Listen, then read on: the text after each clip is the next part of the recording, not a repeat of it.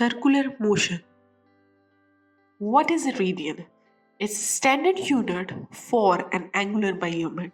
If you see the figure below in front of you, if you divide the arc length, which is from A to B, by the radius of this circle, which is in front of you, you will get the value of the radian.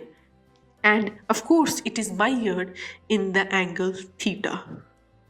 Second concept in circular motion is period, and it is represented by capital T.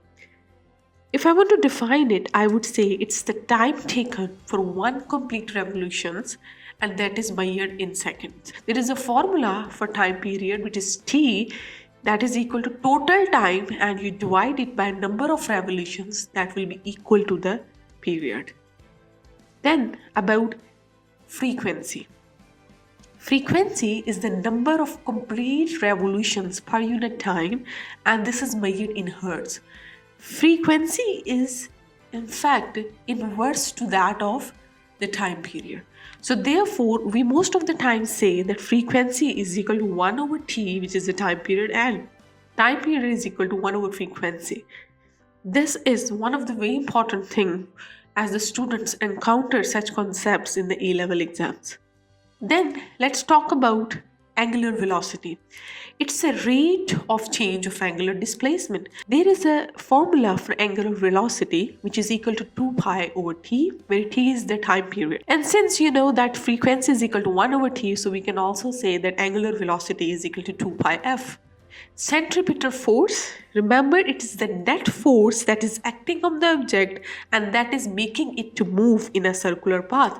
You can see this in this figure 4 in front of you. You can see this is a force which is making an object to move in a circular path, and this is denoted by a vector which is represented here in figure 4 in green color. There is a formula for the centripetal force which is equal to mv square over r, and we can also say that centripetal force is equal to mass times angular velocity squared times r, where r is equal to the radius of the circle. Remember, force is perpendicular to the path.